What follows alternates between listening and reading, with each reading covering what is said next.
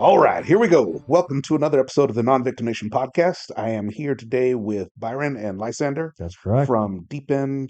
Deep End Fitness Scottsdale. There you go. Okay. So, Mm, typically the way that I do this is I have you kind of introduce yourselves because I sure. know more about you than I do. So let's start with Byron. Yeah, my name is Byron. From Southern California, moved out here in April and started Deep End Fitness Scottsdale. It's a location, from the main chain Deep End Fitness, where we teach water resistance, competence, confidence kind of training. Hmm. Um, top swimming, underwater, breath holding. There's a whole competitive league, underwater torpedo league that goes along with this.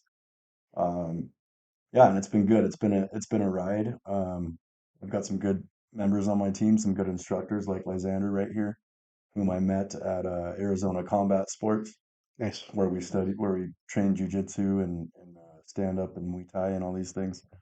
Um, yeah, it's been good. It's been fun. Newer out here to Arizona, but I'm digging it. There you go. Sweet. I'm Lysander.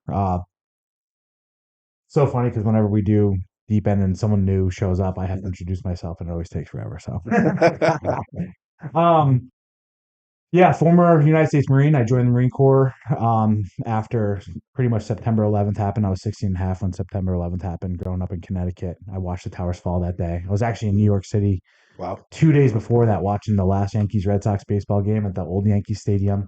Saw the towers Tuesday morning. Now I'm seeing the towers fall. And I Hmm. had like this guttural thing that happened inside me where it's like, hey, go help people, go help pull people out of the rubble. But I didn't. And I Hmm. remember I was scared of the repercussions. Now, fast forward, senior in high school, and it's like, hey, what are you going to do with your life? And I'm like, oh, shoot. Never had the conversation with the family. There's nothing, right? Dad Right. has always been saying to me, 18 years old, you're out of the house. Yeah. Never had the conversation with me of like, hey, we'll cover your student loans. Hey, what do you want to do? It was always just like, that was my dad. That was my family. It was just like, Yeah. right? So I'm sitting there and I'm like, what the hell am I going to do with my life? And I'm like, I'm either going to be a chef or I'm going to be a cop. Okay. Talk to a cop. I'm like, hey, what do I got to do? He's like, oh, you got to go to school to get your criminal justice. Okay. Is there a job guarantee afterwards? No. You still got to go through the academy. You still got to go through pipeline. No Right. guarantee. Chef, they're like, oh yeah, it's gonna be $50,000 to go to school. Got to take out loans for that. Oh yeah, you're gonna get fat because you're gonna be working in the kitchen 12 hours a day, six Right. days a week. I was like, huh. We just invaded Iraq. Still very patriotic at the time about stuff. Hmm. Like, let's go do something. Joined the Marine Corps.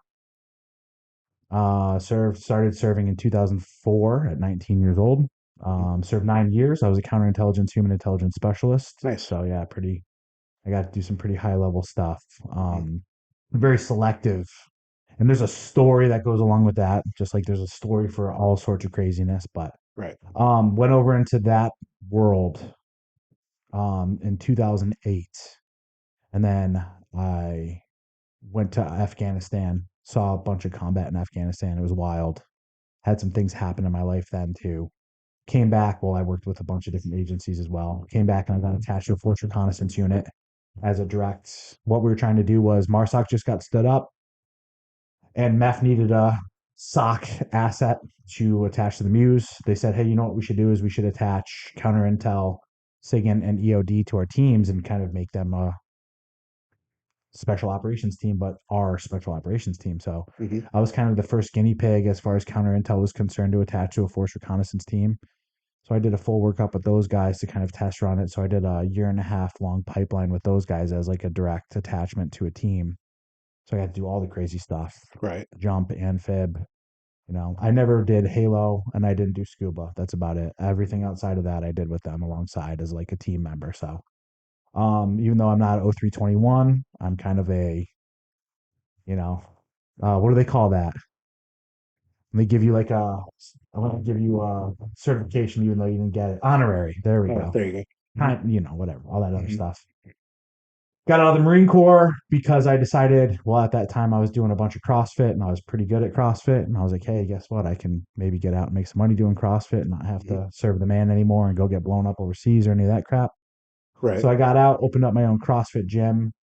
That was a pretty wild ride of owning my own business in Southern Hmm. California and doing CrossFit all the time and all that other stuff. So own my own own my own CrossFit gym for a while, and that's where I really actually learned my love for like teaching and instructing fitness, especially Hmm. off the podcast we were talking about Olympic lifting before this and how beautiful Right. of just a function it is, right? It's Hmm. like that's where I really got to learn like I kind of love this physical aspect where you're putting yourself through some hardships, but it's like you have to go internal on a lot of this stuff. You have to learn.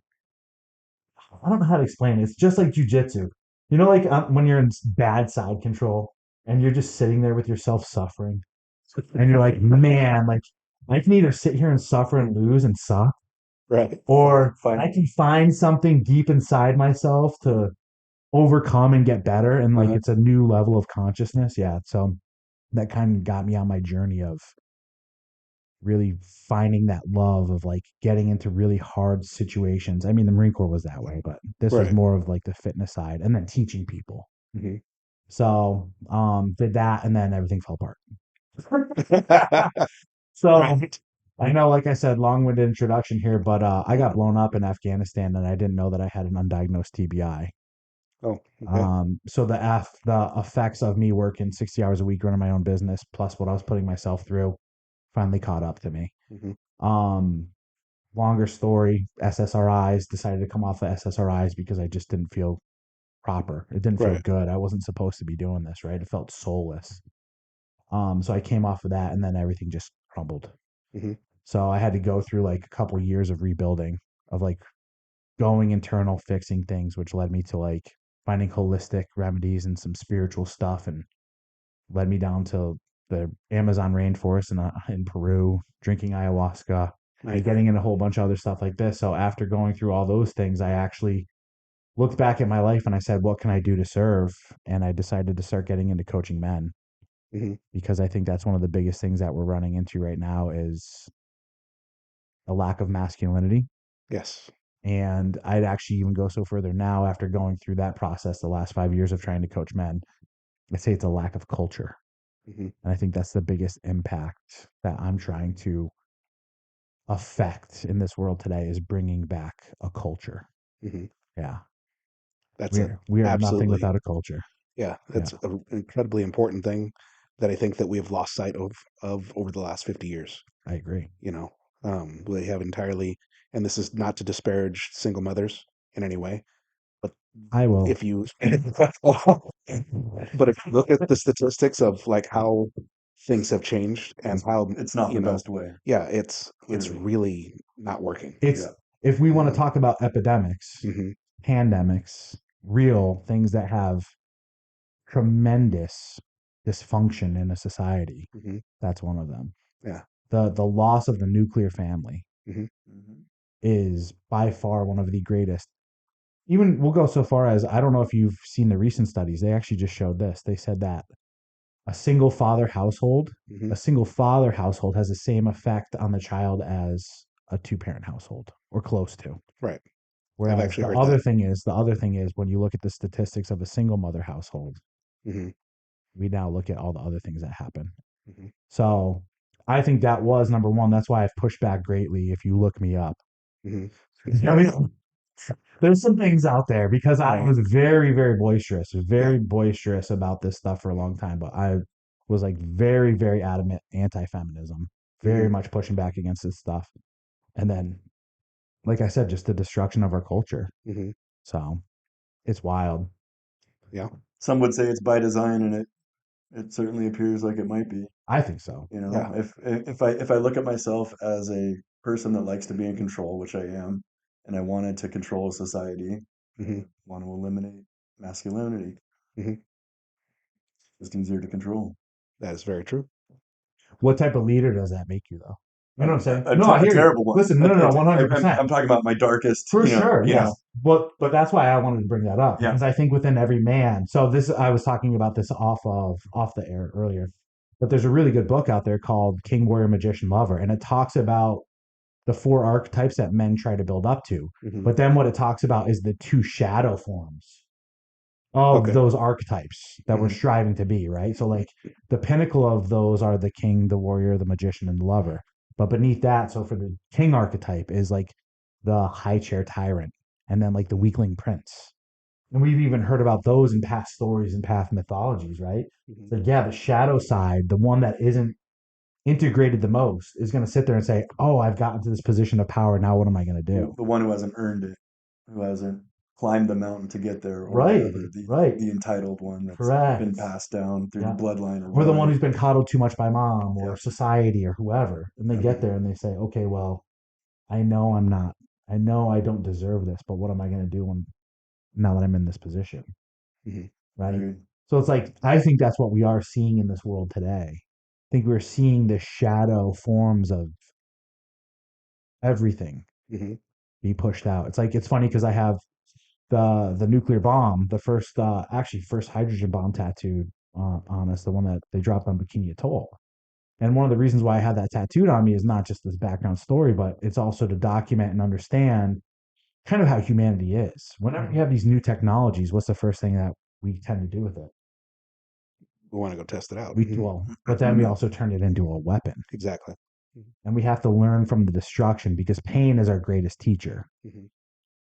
Pain is our greatest teacher. We have to learn the dark side before we can learn the light. And I think that's another thing that's wrong with our culture today is we try to teach people through the light how to become even lighter. Let's try to say like a Hmm. Jedi style if you really want to look at it. Right. But the reality is the darkness is really what teaches you how to become Hmm. a force of good or a force of light or whatever, right? Hmm. So it's like we have these things and we do bad with it and then soon enough people are like why are we doing that? Like that's Hmm. bad.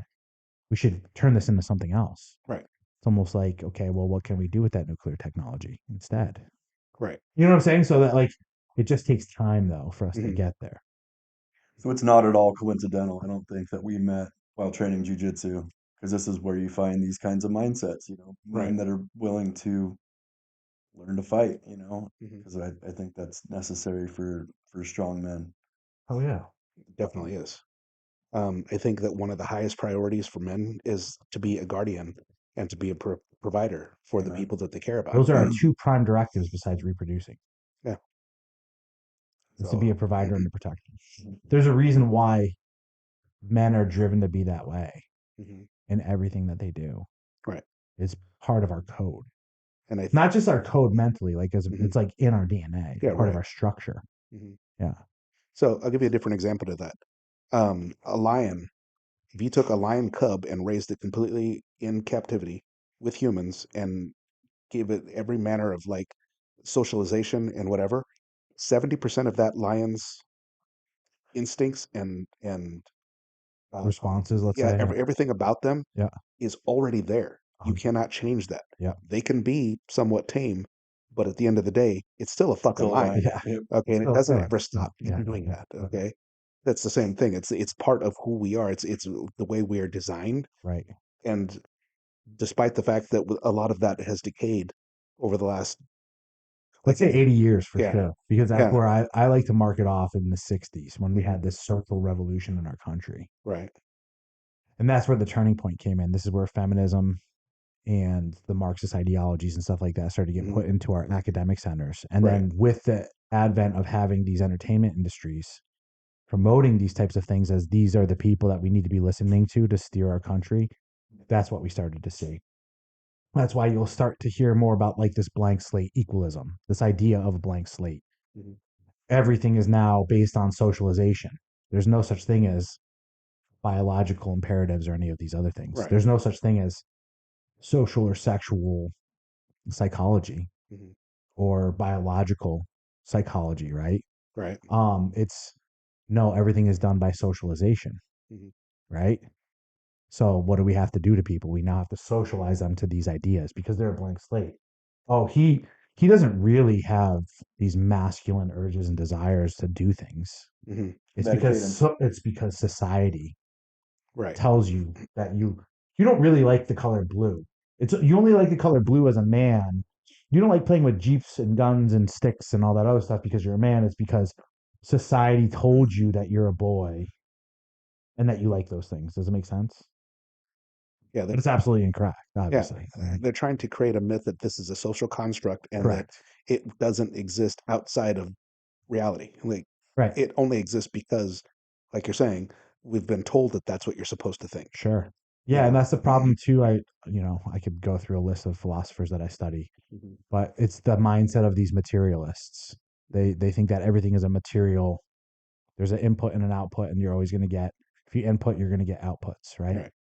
And that there's nothing beyond this material world that really truly exists. Hmm. So it's just going back to like what you're talking about, control and all this other stuff. But then also that there's no movement beyond this world. Hmm. There's no laws or order outside of this world.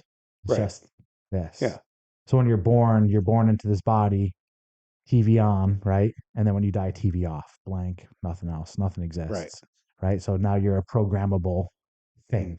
Right. Yeah, And I know that that's a lot of what they're trying to do in academia now because they've hijacked so much of that, and they're trying to force everybody into their viewpoint that is not reality. Saying, trying to It's claim talking. that there's no such thing as objective truth, only your Mhm. truth. That doesn't work. for sure.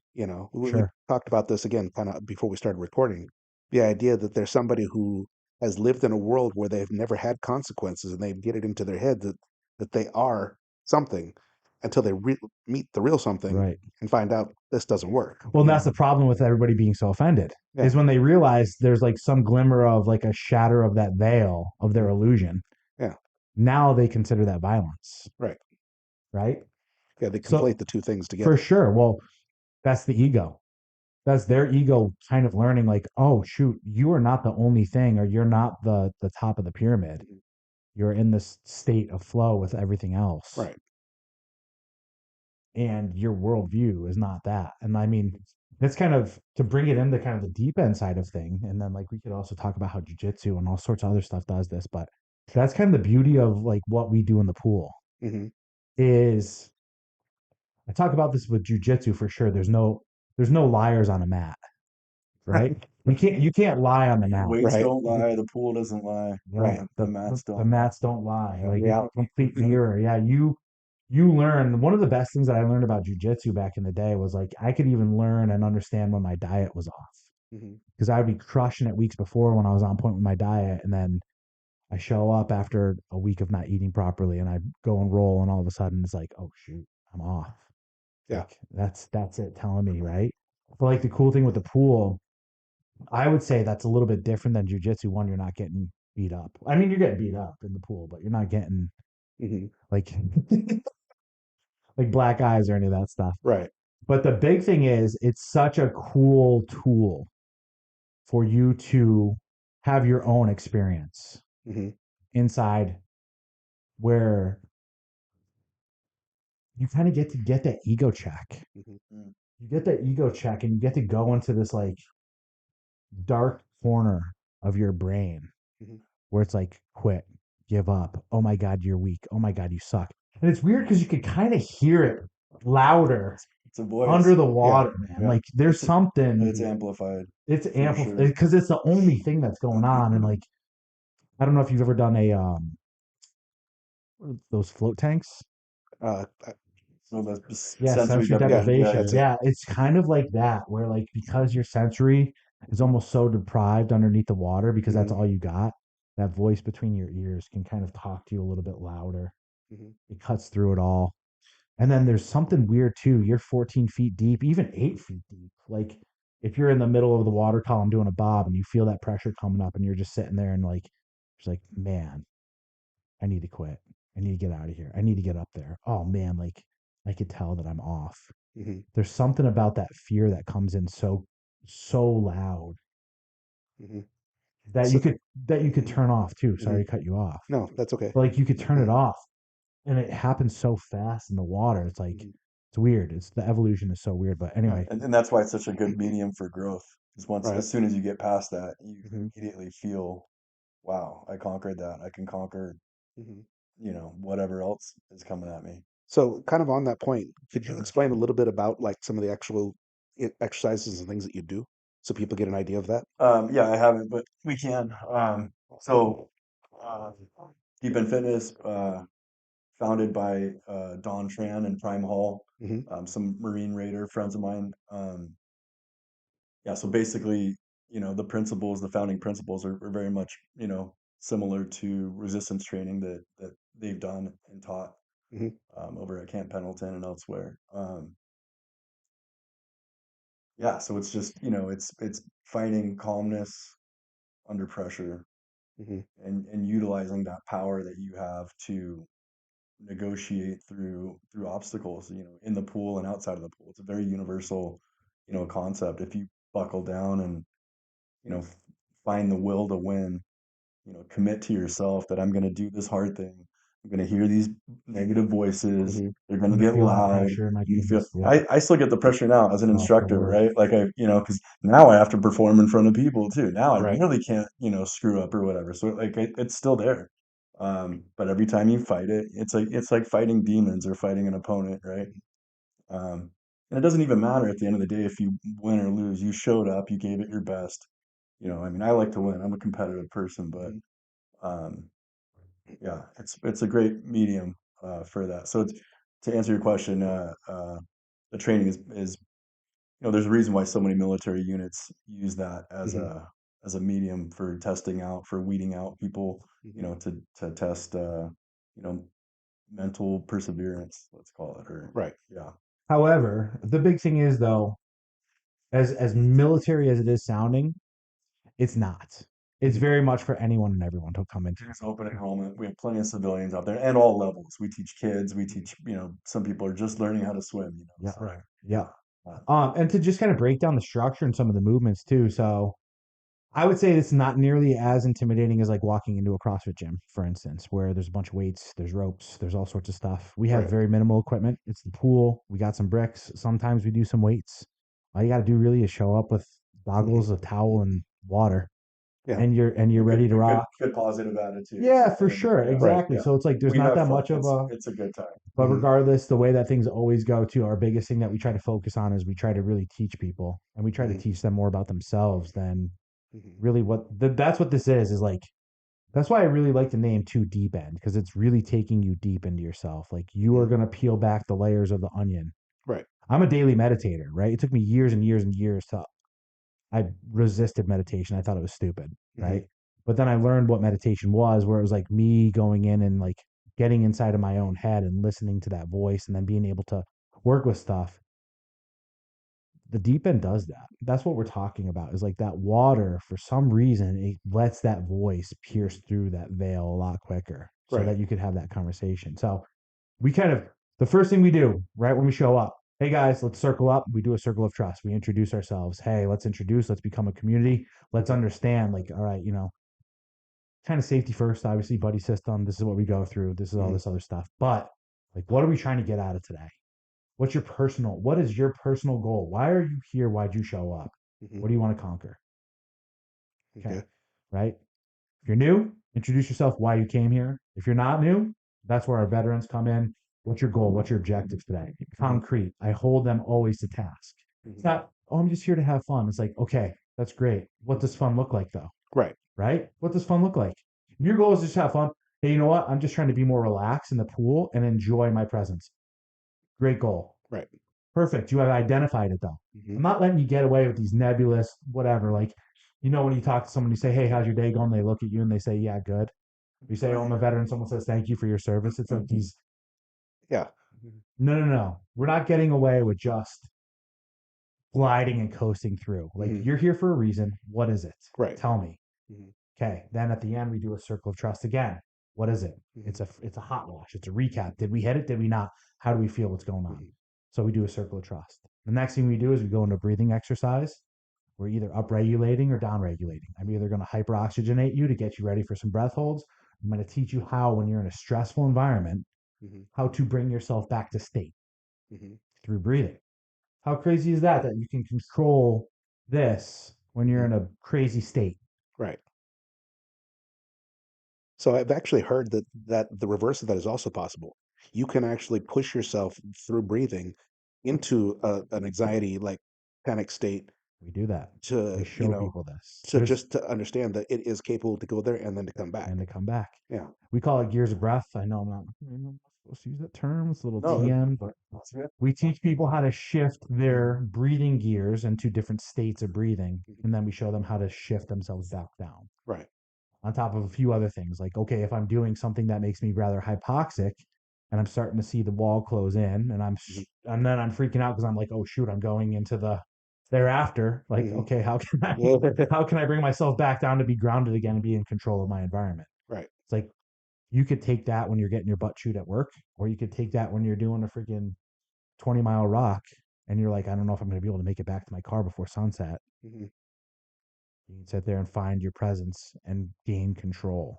So those are like the first things that we go over. And then from there, we always go into a warm up. And usually the warm up is going to have incorporated into it workouts that or movements that we're going to do that day Mhm. in our workout of the day, or workouts or sorry, movements that most people have trouble with, or things that are going to get them into a higher state right off the bat. Like, for instance, why do whenever you go to a CrossFit gym, the first thing they have you do is go for a run? Like just a jog, 200 Mhm. yards. Why? Because running sucks. No one wants to freaking run. Disagree. I love running. Running's stupid. It's I'm not. with you. I I don't. find running very restorative and meditative Yeah. personally, but Okay. He's lying. Gotcha. No one likes running. Mhm. Whoever says they like running, they're lying. I definitely don't like it. Running is one of those things that I have to do. Uh, Yes, you do it because you have to yeah. do it. Yeah. Thank you. That's why people do it, right? Right. It's good. Yes, of course, runners highs and people who Mhm. like they've taken the task and they're like, okay, I can turn this into something fun and enjoy it. But no one actually sits there and says, everyone at some point has to motivate themselves to go run. Mhm. It's like ripping that band-aid off. You just start moving, which is the beauty of it. I guess it's different for me. I've built up that mental muscle. That's what I'm saying. Yeah. I dig running. I've been there Yeah. before too in my I heavens. like that I can run faster than you, farther Um, than you, and that's yeah. Yeah. There you go. um, Especially when you can outfight me, you yeah, know. That, I'll find you. yeah. That's all I have to say. But yeah, so we warm up and like I was saying, yeah, we just try to rip the band-aid off quickly, right? Something that you may not like is gonna be in there, and it's Mhm. in order to get you geared up, get you Okay. past that. You're already in the water, right? Let's do something now that's gonna suck. Like for instance, bobs. Mhm. Most people hate bobs. You guys ever hear of a bob? Mhm. So a bob is a pretty standard movement in any type of special operations screener or part of their assessment and selection if you're doing anything in a pool or scuba. Bob is essentially you are bound. You have your hands tied behind your back and your feet tied. Mhm. Now simulated with what we do, but that's Mhm. kind of that is the standard. And essentially, what you're going to do is you're going to descend from the surface down to the bottom of the pool, Mhm. and then you're going to ascend back up, and you only have one breath at the top of the pool, or the trajectory, the what's the good word, the momentum that you have to go back down. That's Mhm. what we call consecutive bobs. So you're Okay. not allowed to sit up on the top of the pool and kick. You Right. have to go back down. You have to go Mhm. back up, and then you have to go so back it's down. discomfort, a little bit of relief when you get a breath, and then right back down Discomfort. to Yeah. discomfort again. And yeah, a lot of people don't like it based on their buoyancy or they don't know the technique or form. It's very Mhm. uncomfortable. So a lot of people Right. don't like that stuff. So we put them usually right into something like that. Or an underwater crossover, for instance. So a Mhm. crossover is swimming underwater, the Okay. distance of the pool. Right. We usually measure those. So our pool is 25 yard. Like, all right, that's the standard 25 yard for a basic or Mhm. 50 for a advanced. Mhm. So a lot of people do that stuff. Then we'll usually go into a few different skills. So practicing underwater, brick pushes underwater, farmers carries underwater, or we'll do top water stuff, or we'll do mid column stuff, Mhm. Rescue whatever. swimming techniques where Right. you Yeah. know picking up a body off the floor, not a body but a person. Mhm. Right. Simulated body, let's say. Yeah, Yeah. There you go. And then yeah, we do focus a little bit on top water stuff. But there's a whole bunch of stuff that goes into it. But Mhm. then another big component that we like to drag into this is not just the individual stuff, but we also bring a lot of teamwork stuff as well. Mhm. And that's kind of like that's like my pet. That's what I really like to do is really like to put them all together, the the people coming, saying putting someone in trouble and you have to as their teammate, you have to rescue them. Mhm. Their life is in your hands. it's good to see a group of people from all different walks of life, military, civilian, focusing on putting the goal of completing the objective Mhm. before their Right. Their comfort own pain. level. Yep, Yeah, yep, yep, yep. Mhm. Yeah, So we that's an focus on excellent stuff like lesson to learn. yeah, and it's Yeah. it amazing. is right. I mean, that's how you get things done. That's Mhm. right. And it's amazing to see too that when you give people these tasks as an instructor, especially if they don't have a military background, how fast, Hmm. how quickly they adapt into it. The first time Right. is like you can see them up on the and they're gonna go down. It's like, and I'm hate to say this that I'm yelling at them, but I am aggressively Lysander's a good and taskmaster, let's say. yes, Right. Cracking the whip a little I bit. There you I'm go. there and but I'm trying to get them in the state. Right. You have somebody down there who's depending on you. He's hanging out on the bottom of the pool. Right. He's in more pain than you are right now. He's waiting for you to come save him, and you are focused on you right now. Hmm. You don't care about them. What are you doing? You're screwing everything up. You're screwing you are screwing. Yeah. You want to be an individual right now, or do you want to be on the team? Right. And it's just beautiful to see them let go and then go down. Hmm. And then they come up and they're like, that was easier than I thought it was gonna be. It Right. was better than I thought it was gonna be. And And collectively, I'm sorry, I didn't mean to go cut you no, off go there. for it. Go for it. We need that. I like to be surrounded by people that I can depend on Hmm. because that allows me to push my limits and Right. build myself to a higher level. So if I don't have that level, you know, Hmm. it hurts us all. So for the longest time, I've been saying that I honestly believe that everybody should join the military for at the very least the 2 years. Because just going through basic training and like those sorts of things is an experience that they're not going to get anywhere else, right? And because it does an excellent job of team building, you have to get to Agreed. that point where Discipline. you are all a cohesive unit, Mhm. right? And you get to again that point where you're willing to put yourself or you're willing to put somebody else before yourself. You understand that the only way that we all survive is if we all work together and we all care more about the guy standing next to us than we do ourselves. Yep. Agreed. The warrior archetype, right? And you learn the skills. You learn the skills of how to protect and how to Mhm. defend and how to, kill if necessary, right? Right. Because ultimately, I mean, that's our most base instinct Before you can lead, you must serve. yeah, There's an agreed. evolution to everything. Right. That was as much as I had great disdain for the military after I got out. Hmm. Full send, right? I'll Hmm. say that. There's a lot of things that I saw in the military that I greatly disliked because they were starting to move away from exactly what you're talking about. It was no longer a brotherhood. It became a political and bureaucratic institution of people covering their asses and then selling other people up. Whatever. That's if I'm going to be real. After 2008, that's what started happening in the military. Hmm. That's why I had to get out. Before that, I did see semblances of the brotherhood, but you could see it was starting to go away. Right. Um, but one of the greatest things that I learned being in the military was, especially as a young man, Hmm. 18 to 30. I hate to say this to young men, you may turn 18, but you're not a man yet. Right. You're a male, Yes. right? You're no longer a boy, you're a male. You're in a male body, right? You're Hmm. an adult male body, Hmm. but you're not a man. Right. Becoming a man is a journey. And I would say the biggest time frame is from 18 to 30 for you to become a man. That should be your Right. journey, and it takes a long time, Hmm. right? But the best thing that I got to learn in that time frame was this is something that I can't stand seeing in today's world. Is I had to look at men of higher rank than me and I had to address them by their rank.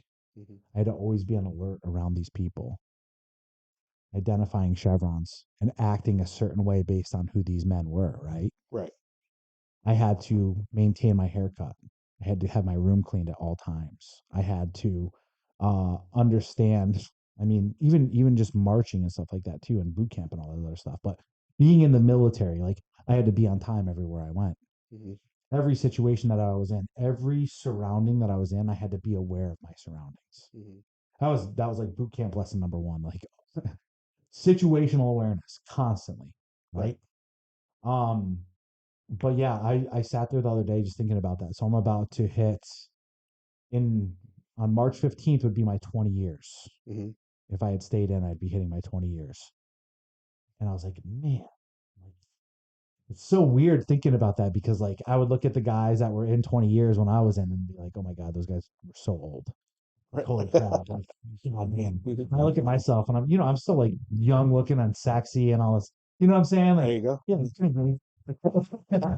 But like in all seriousness, like I look at myself and I see these old salt dogs, and in no way, shape, or form do I feel like I look in that way, right? Mhm.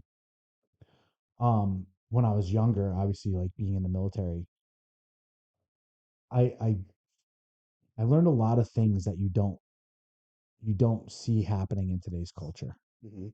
with the youth. And I hate to be that hoity-toity man of like these young rapscallions today. You know what I'm saying? Like, Right. but it is true. It Mhm. very much is true. Like we have three generations sitting here saying that about our youth today. Of like these kids are corrupted. These kids are Yes. they're Well, they're they're not situationally aware. They're on they their don't have to be because they're insanely entitled. They believe they know it all because they have this device in their hand. They Mhm. have this magical thing in the air called the internet, right? Like Mhm. that tells them everything at every time and can entertain them anytime or jerk them off. And I hate to say that, right? But you can go and watch porn anytime, right? They have this Mhm. magical thing that we didn't grow up with that Right. can give them. And then all of our school systems, institutions are telling them, you are the greatest. You are the Mhm. greatest. Right. You guys are so smart. You're so much better off than those people were. Mhm. Oh, and then not to mention you have them armed by the state too. Where if I was a father and my son came home and he started saying some things or doing things that I don't like, Mhm. and I had to bring in some use of force, let's just say, Right. discipline, some real discipline, my son could sit there and say, oh, I'm going to call child services or I'm going to call the police on you. And then all Mhm. of a sudden you have men with guns showing up to your household, Mhm. getting ready to put you in a cage for you being a father. Right. It's like, kid, our youth isn't scared of shit today. Mhm. I was scared when I was younger. Yes, I was too. I was scared when I was younger. And I think that fear and that pain that I had incorporated into me Mhm. was huge. And I think the military is that other faction of it too that helped to mentor me to have some semblance of that, right? Like, Right. yeah. lot going on these days. There is. So as far as like the training goes, how often do you find people that hit just kind of a wall and they say, I can't do this? It's never happened. They Hmm. always get through it. Yeah. Yeah, I can't recall anyone. We've had some people be like, I'm hmm. Yeah, we've never had anyone like freeze up. Okay. Never. We actually have the They'll come. we actually have the opposite. We have people that are more willing to push themselves farther Hmm. and push the boundaries and possibly even we won't talk about that. No, I mean But they'll push that's what it themselves in is. the water where it gets scary, Hmm. right? What I mean, Saturday we had 5 PRs, right, on For distance sure. for max underwater crossover. I mean, that's the beauty of the program. It's, very measurably, we show their results, Hmm. for breaking through these like mental hurdles. Yeah, I Right. think that's the thing too. And then the other thing too is that we see people that show up that had like almost no skill in the water and then Hmm. showing up twice a week for 3 weeks, all of a sudden they're like Putting in some work, yeah, it's chipping away. crazy to see how fast Hmm.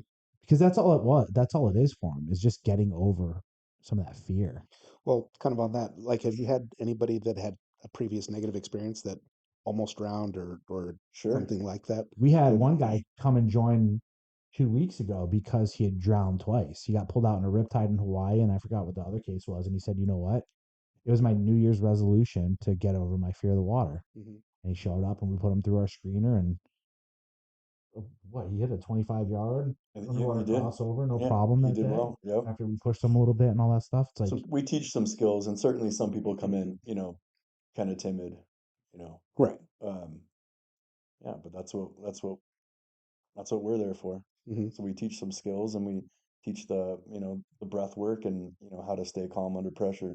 Hmm. And yeah, and it's we've had not great the results with it. the big difference that we have is it's not we're not coming in there or we're not having you come in and we're putting you through like a SOCOM screener or a Right. SOCOM whatever where you're actually there and we're going to kick you in the dirt. Hmm. It's like Although we put each other through those kinds of we things, sure do. too. Yeah, on the side we do, but Right. and we don't put anybody through that until this is very I hate to say civilianized. This is very much a more of a mentorship where we're going to Hmm. push you, but we know how to push the boundaries in certain cases. And Hmm. as someone, I'm not going to push you if I don't think you're if I don't think you're ready, but you'll know if I'm pushing you, then I think you're ready, or I There's know you're ready. there's like I said, it's all levels. It's very scalable, Hmm. all Yeah, the workouts, and yeah, it's it's really just a matter of, competing against yourself, right? Hmm. Pushing yourself to be better than you were yesterday. Right. Yeah. So I think that's one of the big things because you touched on this earlier. It's sort of like jujitsu in the sense that you can be in a bad position and you could maybe panic or feel claustrophobic or whatever like that. But on some level, you still understand that you can tap and you're done. You're safe. Right. When you're underwater and you're not breathing, that's a whole other thing. Uh-huh. It's like there isn't just instant, okay, I'm okay now. Yeah, for You sure. know, For sure. so Well, the crazy thing about the water is it lets you know.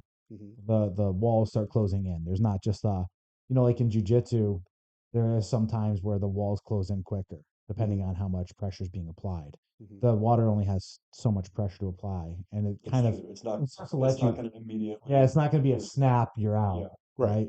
Unless you've pushed yourself, and like if you're pushing yourself, we know what you're doing. We already know that you're attempting it, and we're watching, like from the We're surface on of the top of water. you. Yeah, Mhm. exactly. Yeah. Right. So you're gonna feel the walls close in. It's so funny too because a lot of people don't realize that they have 40% left in the tank. Okay. And that's another thing that we teach people is like, and this is some from our own stories. Like for instance, I hit a 75-yard underwater crossover, right? And one of the things that I had to tell people was like, on my 25, I was already starting to gulp for air, and Hmm. like that's not a good sign, Right. right? I think I had to like breathe out a little bit because I felt too much pressure. And then on my way back towards my 50, I was already starting to gulp for air. And then I kicked off the wall and started swimming another 25, which is a huge distance. And it's like, I come up to the surface and I tell people who thought that it was like nothing for me to do, Hmm. like, no, I already started to get like, that's what happens under the water. You'll feel it. Like, you feel like you're running out of air. You're like, you start gulping. And it's weird because you have about 40% left when that starts happening. Still plenty left in the It's tank at that point. tons. Yeah. Like, dude, think of it, 40% left. Like, Right. you're not anywhere near red line. Okay. But people will hear that and they'll be like, "Oh, that's me saying I have to get air, or else like in 10 seconds I'm gonna be Something will blacked out, and happen. then all of a sudden That's I'm gonna right. be convulsing and peeing and pooing to myself." You know what I Right. mean? It's like, no, no, no. You're nowhere near that state. You're Right. nowhere near that. That's so far away. And that's one of the biggest things that we teach people. I think we've gotten to the point where we've had some people that have been like, "Oh yeah, I had to like gulp 20 times." Hmm. Like I gulped for air 20 times before I had to come up, and that would usually be on like a static Hmm. breath hold where we're sitting there watching people on the side of the pool hold their breath, where they're going, "Mm," you know what I mean? Hmm. So yeah, they got way more in them, and like that's one aspect of the beauty of what Hmm. that water's teaching you Right. is because that all you got to do is from that position, you just got to go up. Split second, you're up, you're breathing air, you're fine. Right. And then we're watching you too if you shallow water at that point in time. Hmm. So that's probably the biggest scary thing is a shallow water. And usually what happens there is someone will come up and quickly gasp for oxygen after not having oxygen for quite some time. Right. And there'll just be like a quick snap where the brain shuts off for a quick second Hmm. because it just got shocked Right. from having all that oxygen. I had this Hmm. happen to me a long time ago. I was sitting there with just a squat or a barbell on my back, and I was sitting in a deep squat for like a minute and a half, like flexing my hips. And I was like, you know what'd be smart for me to do right now is like explode out of this, like I would a snap. And I'm like, Right. okay, cool. And I explode out of it, and I hit the top, and then next thing I know, I'm on the concrete, and I got a busted nose, and my face is bleeding. I'm like, oh, cool. That's what that is. So that's like the Right. scariest thing. But guess what? In the pool, you don't have concrete to smack your face on, so Right. you'll be fine. There We'll you get go. you. Byron will save you and give you mouth to mouth. You'll There love it.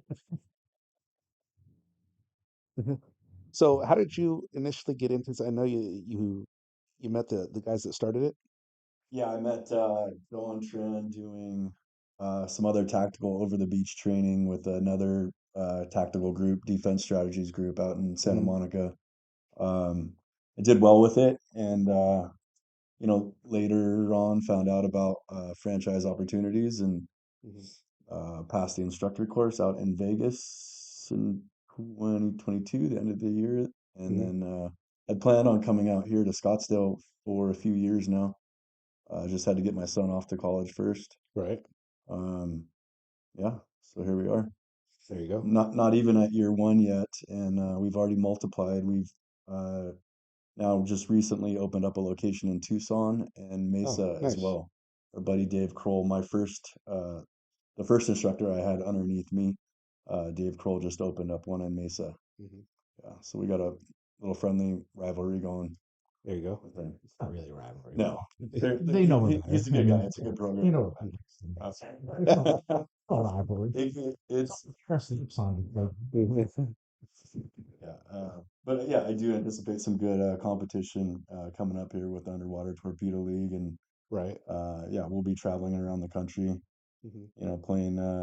I mean, what do you call it? Like soccer underwater with a torpedo. You're not it's kicking it so though. weird to say because it's like hockey and Hot, football yeah. I mean, mixed with like there's little water nets polo and a and jujitsu. torpedo, Hmm. and you hold your breath for a really long time, and you get to the other side of the pool, and you pass, and you tackle. It's physical. Um, yeah, it's fun. It's a So good that's kind time. of an offshoot. Like deep end is kind of like a feeder into UTL, Okay. right? So like you get good or you start going to deep end and like you're doing whatever, and then we'll like throw a torpedo in at the end and we'll be like, have fun. Hmm. And then all the skills that you learn from doing the deep end stuff just kind of happen Hmm. in UTL. So that's kind of like the game aspect of what we do with the skills we do with deep end. Hmm. So we usually Yeah, play afterwards, and it's Right. it's a riot. it's a good time. It's a riot. Nice. It's a lot of fun. So, kind of going again back to something that we were talking about earlier, are there any plans to like incorporate like an actual mentorship like program for like young men, like specifically just for them There, to enter there into the program? certainly could be. We have quite a few younger guys, uh, coming from various gyms that we go to, Arizona Combat Sports and Camelback CrossFit. It certainly could So one of the things that materialize. we like to talk about is there's a higher purpose to this. Hmm. We just deep end is kind of just a feeder, just like jujitsu is kind of like a feeder. Hmm. But we like to look at deep end more of like the not initiation, but it kind of is. Like, is this the type of person who's gonna be able to go into the other avenues, Hmm.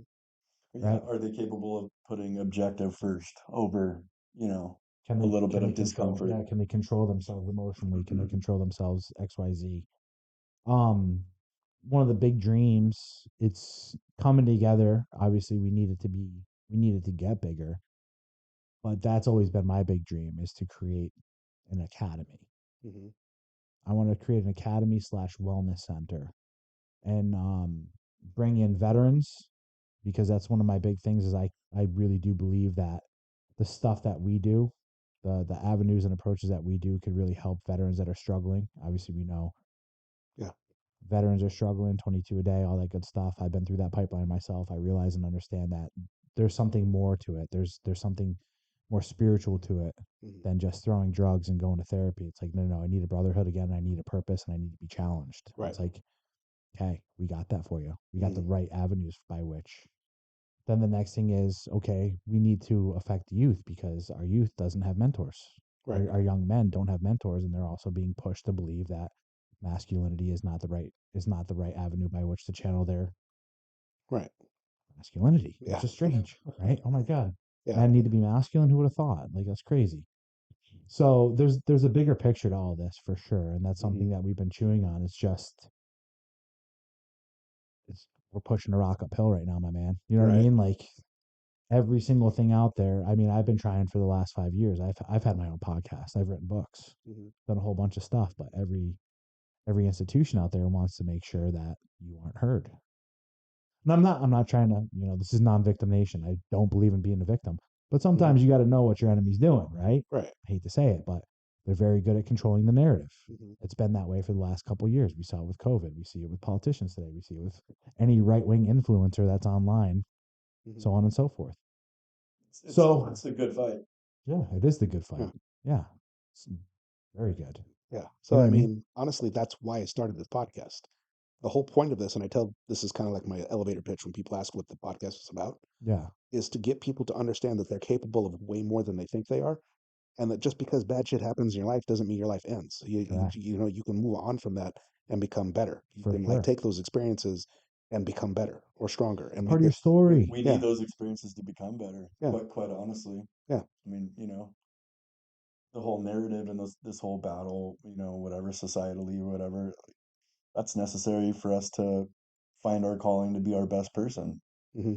You know, It's Ouroboros, the snake eating Ouroboros, yes. Ouroboros. Yeah, I mean Mhm. it's yeah. I'm just a big believer too. Like, I look at the stuff that's happened to me. I hate to say happened to me, happened for me, I guess is probably just my story. Mhm. And that's one of the biggest things that I had to learn was before it was why are these things happening to me? And then I Mhm. had to look at it from a higher dimension, a higher aspect. Mhm. Say, wow, those things happened to turn me into who I am today, Right. you know? It's Mhm. And necessary.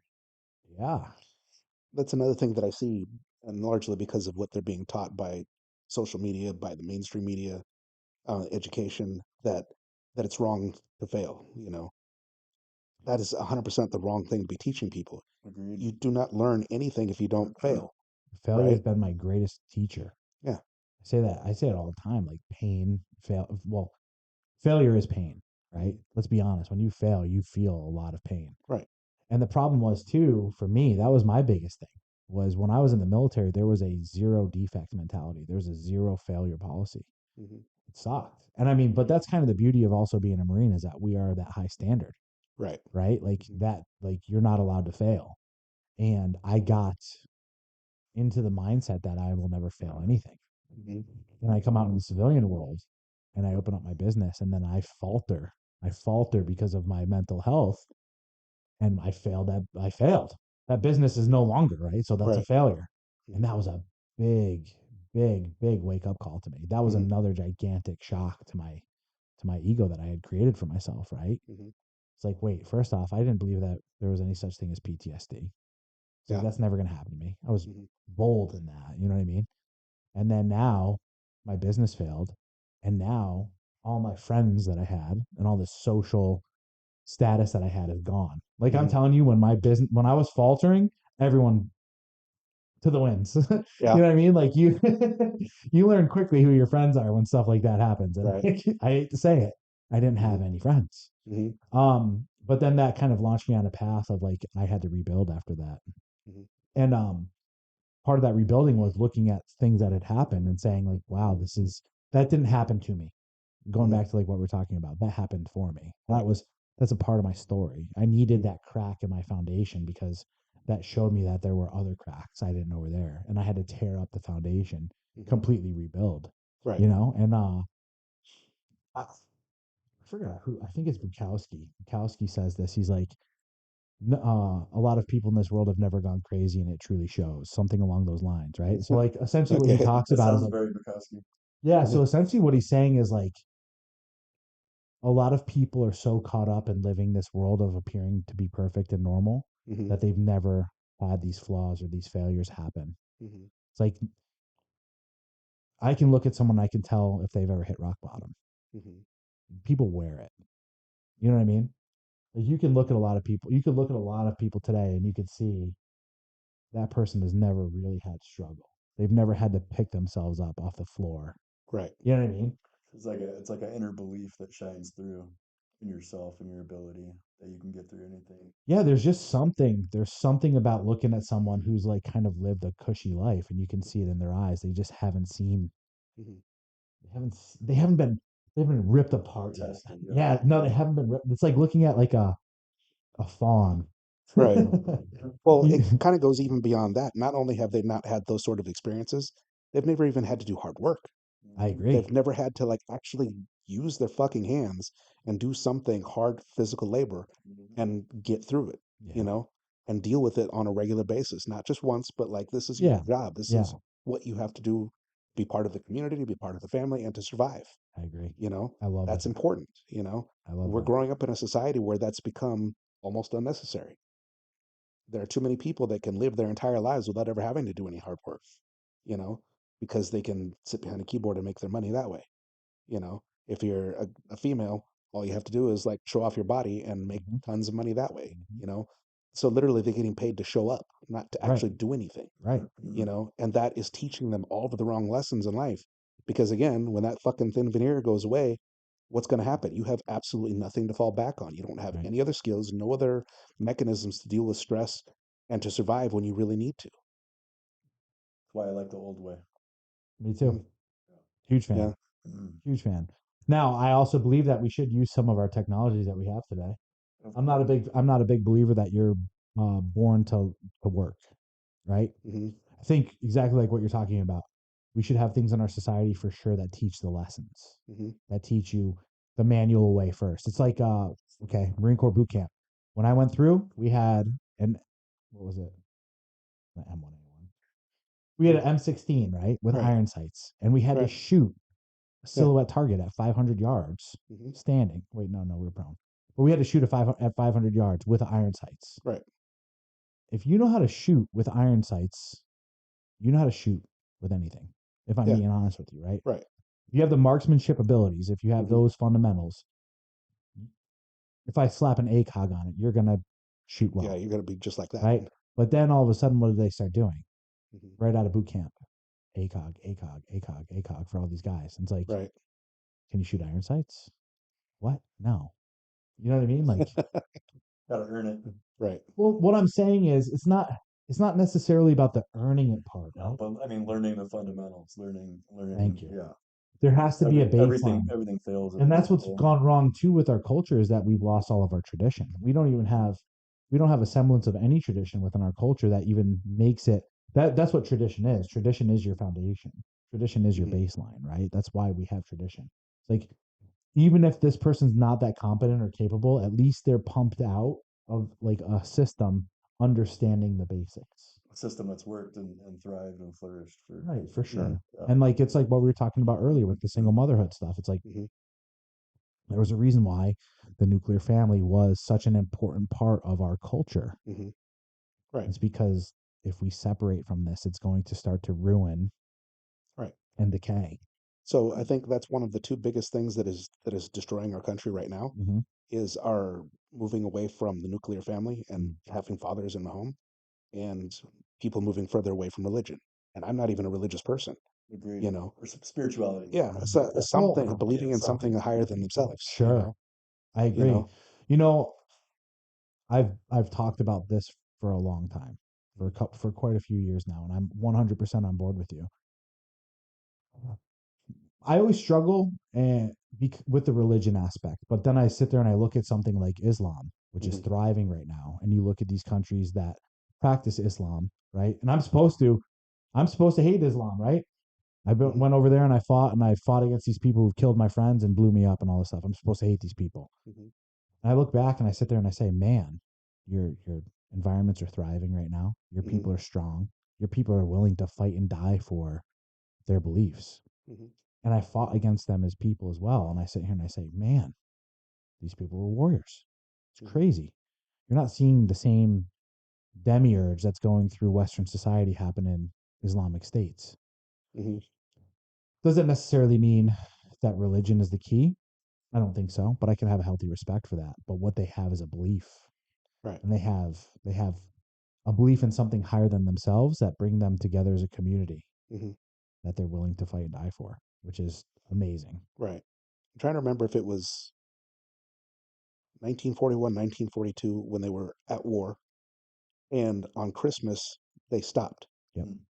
and they climbed out of the trenches. They actually came together Yeah, the and Germans together celebrated. came. Yep. Yeah, the Yep. Germans and the Americans, and they celebrated together for that just that short period of time because they understood the war's not going anywhere. Hmm. But we don't stop being humans. We don't stop believing what we believe, Right. you know. And it was probably one of the most amazing things to have lived through that and just to even look at it from here I hear you. to say, that's what it means to be human. Right. At the end of the war, we don't hate the Germans. Yeah. We don't hate anybody else. You could go down the list of all of the terrorist organizations, Sure. and say, just like you're saying, we should hate those people. What we should hate is the ideology and whatever it is that's teaching them to be that what they're doing Hmm. is the correct way, Right. right?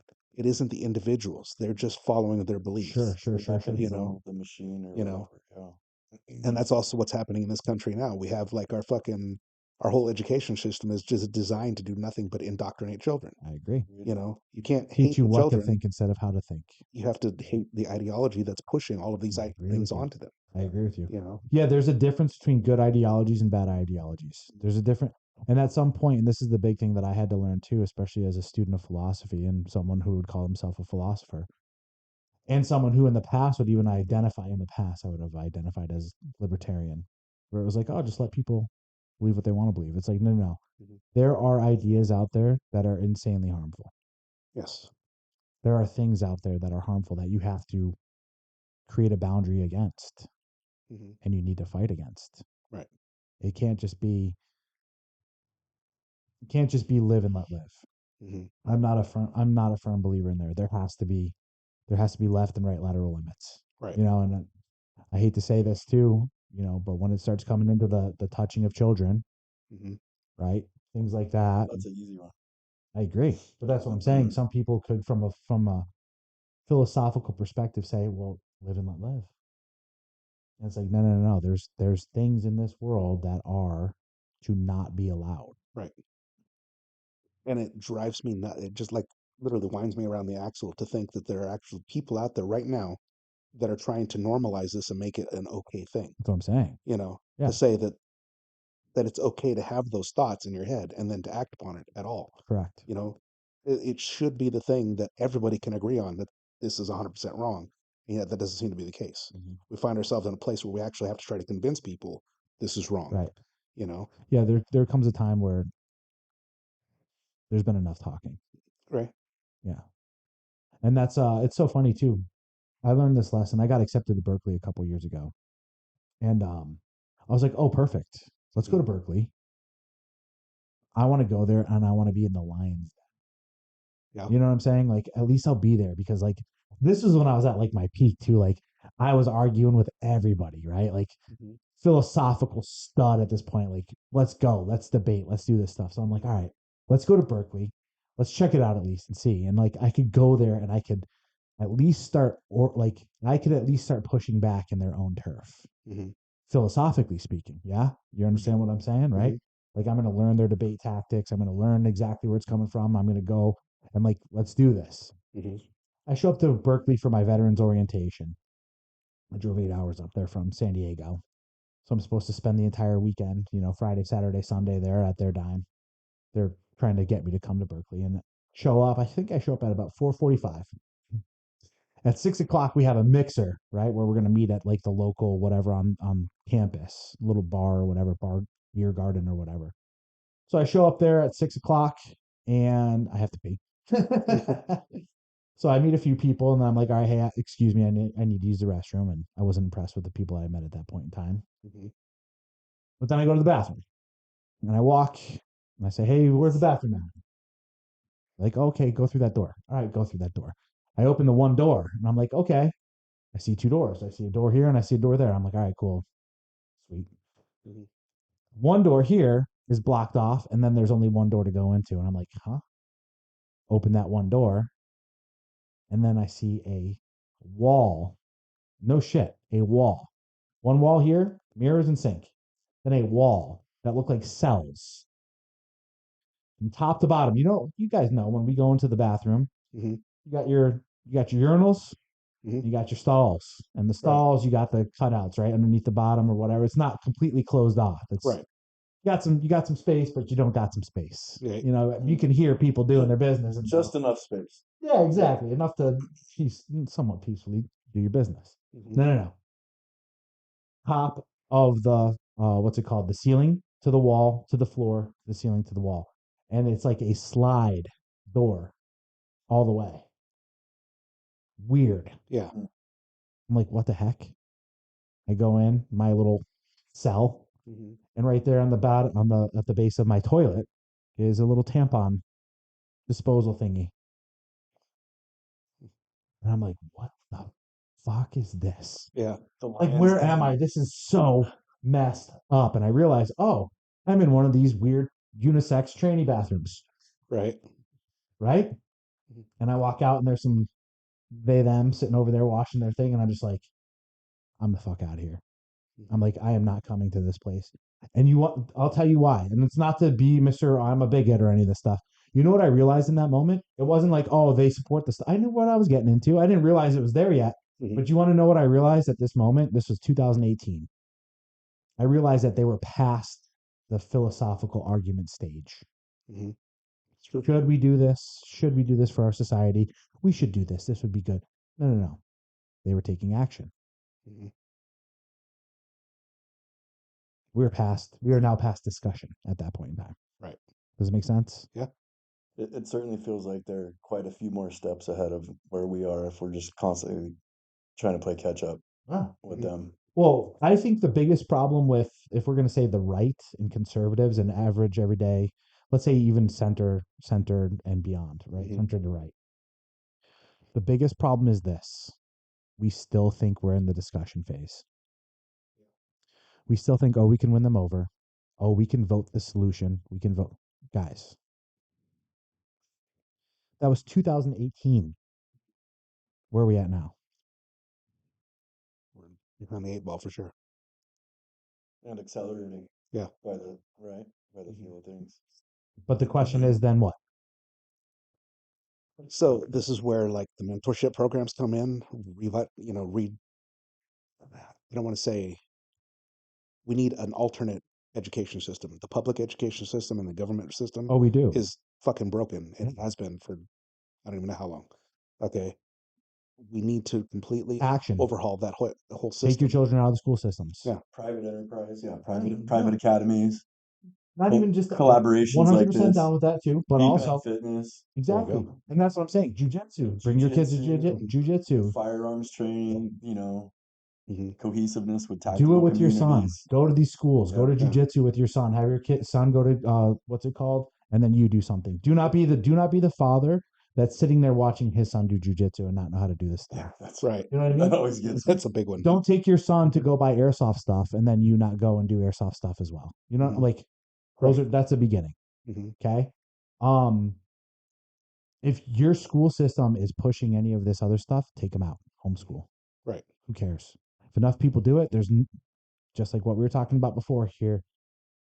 Enough people are doing it, and it becomes part of the community. No one's going to come knocking on your door saying, "Hey, you're neglecting your child by not having them go to school." Right. Vote with your feet. Vote with your dollars. That's what I like to say about everything. Yeah. Vote with your attention. Right. Hmm. Withdraw your attention from things that aren't feeding you. Withdraw your feet. If you're not liking what you're seeing, remove your dollars from XYZ if they're doing something stupid. Yeah. Plain and simple, right? So there's that. But then if you want to build, what do you have to do with those dollars and those feet and that attention? You got to put it elsewhere. Hmm. So that's kind of along the lines of like where we're at is it's like, okay, the beautiful thing that we have right now with Deep End Scottsdale is we have a group of men that have already gone through a lot of this stuff that are already on the same Men and lines. women. We have women coming out and What Hmm. I'm saying though is from the kids. mentorship perspective, we've been through it. Hmm. We've been through it. We're ready to pick up. Take Yeah, up that mantle. yeah. It's a good program, and Hmm. it's more than just water competency and confidence. Right. You know, um, So that's a thing that I don't think a lot of people understand, even about jujitsu. And this is something I tell people all the time, especially when I find out they have kids. It's like Mm, one of the best things about jujitsu is that if you train long enough and hard enough, well, when you're practicing jujitsu, you can very easily find yourself in a bad position, mhm, right?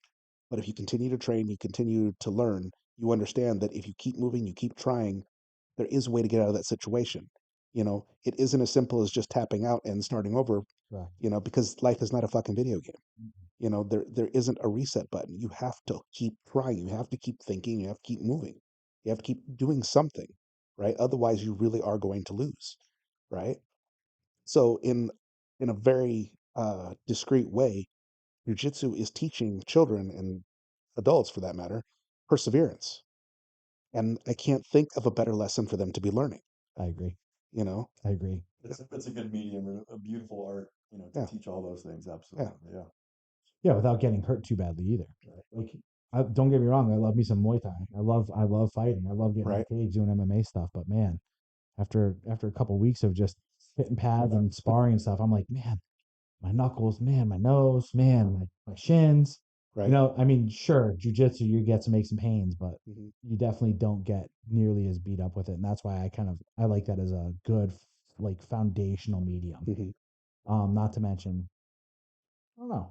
There's just something about it. It's There's something. fun. Right. Yeah, It's it fun. is. Yeah, yeah, yeah, yeah, yeah. I, Like you hit 4 rounds sometimes get my ass kicked by Lysander, Mhm. and it's Right. fun. all the time. So, Hasn't Yeah. been one time yet.